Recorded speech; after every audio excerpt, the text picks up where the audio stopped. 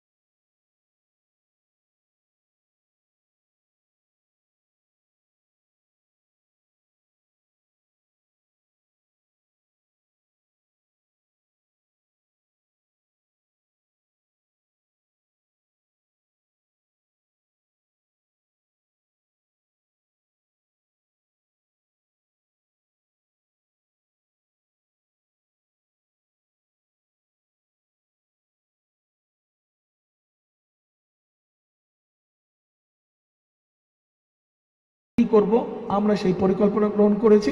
আমরা মানুষের ভোট পেলে এবং আল্লাহর রহমতে সরকার গঠন করলে আমরা 1 2 3 করে আমাদের কাজগুলো আমরা করতে থাকবো। কে কি বললো আমাদের যায় আসে না, কে কি বললো আমাদের যায় আসে না। আমরা জনগণের জন্য কাজ, কারণ পলিটিক্স, রাজনীতিতে করি আমরা আপনাদের জন্য। আপনারা যদি ভালো থাকেন, আপনি তো অটোমেটিক আমাকে সমর্থন দিবেন না? আপনি যদি একটু ভালো থাকেন তাহলে তো অটোমেটিক আপনারা সমর্থন দিবেন। কাজে ভাই কথা সোজা, কথা সোজা, সিম্পল কথা, যে অন্যের ও এইটা করেছে, ও সেইটা করেছে, এর মধ্যে আমি নাই।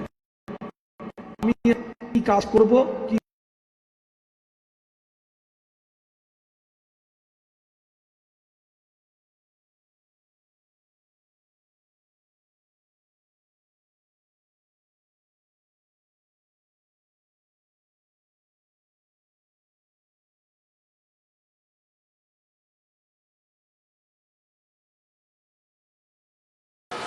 5ই আগস্ট এই যে দেশের অবস্থার যে পরিবর্তন হয়েছে, শুধু দেশের অবস্থার পরিবর্তন হয়নি, এই অবস্থার পরিবর্তনের সাথে সাথে মানুষ একটা পরিবর্তন চায়।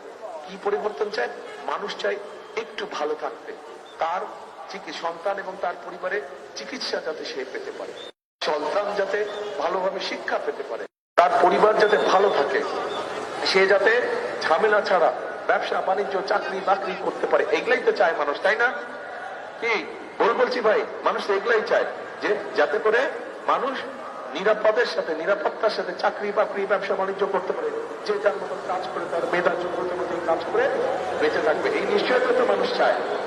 এই কাজগুলোই আমরা করতে চাই এবং এগুলো যদি বাস্তবায়ন করতে হয়, ওই যে বললাম আপনাদের একটা জরুরি গুরুত্বপূর্ণ কাজ আছে, সেটা হচ্ছে 12 তারিখে ধানের শীষকে নির্বাচিত করতে হবে। ধানের শীষের সিল দিয়ে ধানের শীষকে নির্বাচিত করতে হবে। আপনারা যদি ধানের শীষকে নির্বাচিত করেন ইনশাল্লাহ, তাহলে যেই পরিকল্পনাগুলো আমরা বললাম আপনাদের সামনে, যেই কথাগুলো আপনাদের সামনে বললাম, এই কাজগুলো আমরা বাস্তবায়ন করতে পারবো। এই যে একটু আগে বললাম, চিন্তা করে দেখেন, পত্রিকা খুলে দেখেন, সবার হাতে তো ফোন আছে, ফোনের মধ্যে নিউজ আসে, ফোনের মধ্যে মোবাইলের মধ্যে খবর পড়েন না? দেখবেন বিএনপি একমাত্র বলছে যে বিএনপি ফ্যামিলি কার্ড দেবে, কৃষক কার্ড দেবে, খাল খনন করবে, বেকারদের কর্মসংস্থান, ভোকেশনাল ইনস্টিটিউটে বেকারদের কর্মসংস্থান করবে, 1 লক্ষের মতন আমরা হেলথ কেয়ারে দেবো, যাতে গ্রামে বসে বিশেষ করে মা বোনেরা অনেক সময় হাসপাতাল যেতে পারে না, হয়তো স্বামী নাই বা ভাই নাই বা ছেলে নাই যে হাসপাতালে নিয়ে যাবে, কিন্তু দিনের পর দিন অসুস্থ হয়ে থাকে বেচারে। বাচ্চাদের এই অবস্থা, মা বোনেদের এই সমস্যা হয় না? একজন পুরুষ ছাড়া যেতে পারে না হসপিটালে অনেক সময়, কিন্তু আমরা চাই মা বোন এবং শিশুরা যাতে ঘরে বসে ছোটখাটো অসুখের চিকিৎসা যাতে পেতে পারে, সেই ব্যবস্থা আমরা করতে চাই।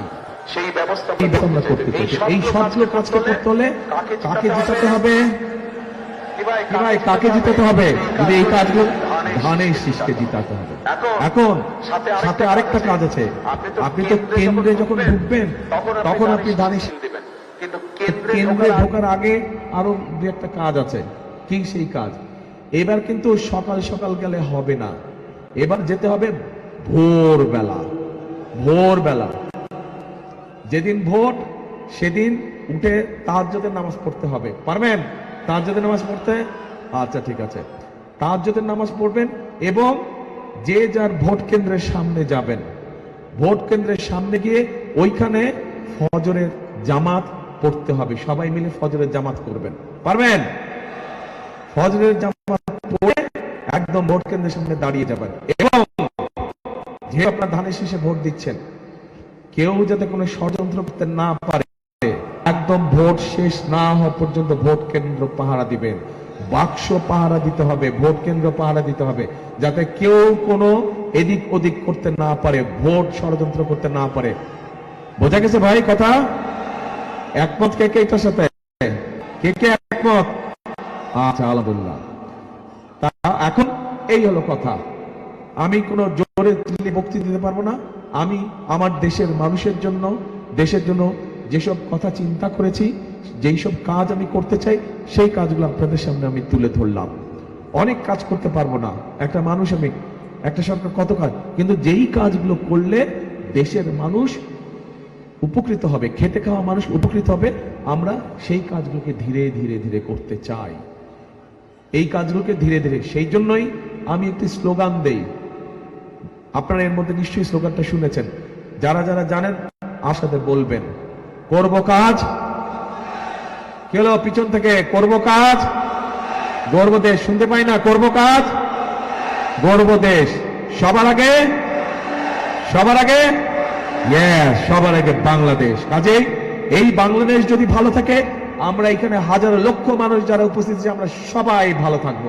এই বাংলাদেশ যদি খারাপ থাকে তাহলে আমরাও খারাপ থাকবো। বাংলাদেশকে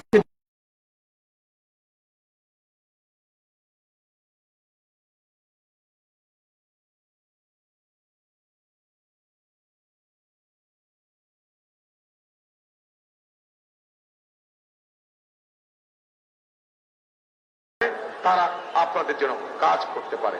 প্রিয় ভাই বোনেরা, মনে আছে তো বিএনপি সরকার গঠন করলে ইনশাল্লাহ খাল কাটা উদ্বোধন করার জন্য আমি কিন্তু আসবো, তখন কিন্তু এই মানুষগুলোকে দেখতে চাই আমি আমার সাথে খাল কাটতে। আজকে তাহলে এখানেই থাক, বাকি কথা যেদিন খাল কাটতে আসবো ইনশাল্লাহ সেদিন বলবো, ঠিক আছে? আল্লাহ হাফেজ। বাংলাদেশ জিন্দাবাদ, বাংলাদেশ জাতীয়তাবাদী দল জিন্দাবাদ। আসসালামু আলাইকুম। এই যে কামরুলের হাতে আমি ধানের শীষ দিয়ে গেলাম, এখন আপনাদের দায়িত্ব কামরুলকে দেখে রাখা, কামরুলকে দেখে রাখা আপনাদের দায়িত্ব। পারবেন তো? ইনশাল্লাহ, ইনশাল্লাহ।